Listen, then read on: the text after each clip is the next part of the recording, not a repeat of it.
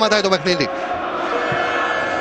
Βλέπετε και τα offside, 4 για την κάθε ομάδα. Εδώ ο Σορλέν, ευκαιρία για το 2-1 και το πετυχαίνει στο 68.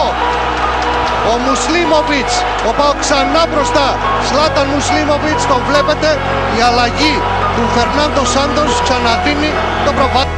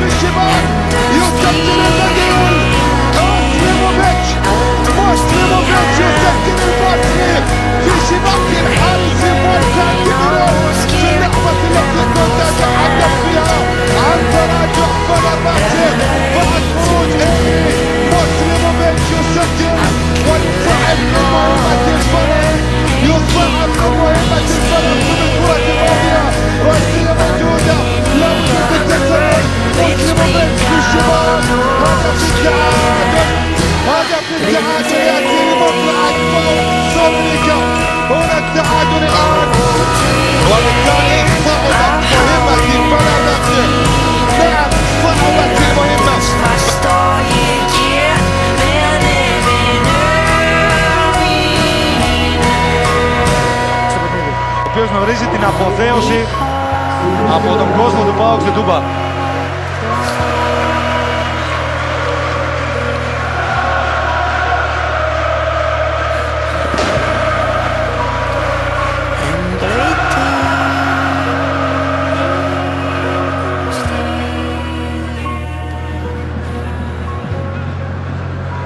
Κίνηση του Φωτάκη, ανέβηκε ο Λίνο και του πετάει την μπάλα. Πολύ ωραίο ο Φωτάκης με τη μία, αυτός για τον Μουσλίμοβιτς. Βγαίνει ο Γιακούποβιτς, 5-0. Η αποθέωση για τον Μουσλίμοβιτς. Δεν πρόλαβε να μπει στο μάτς, σκοράρει.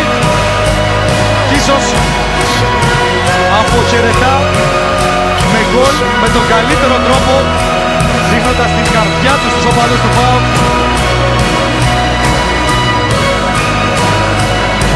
Ο ΠΑΟΚ στο 5-0 και ο Μουσλίμοβιτς αποθεώνεται στη Τούμπα.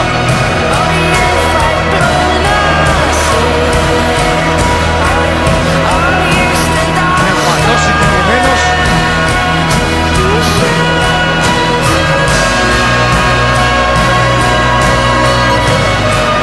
Εδώ είναι ο Βόσνιος.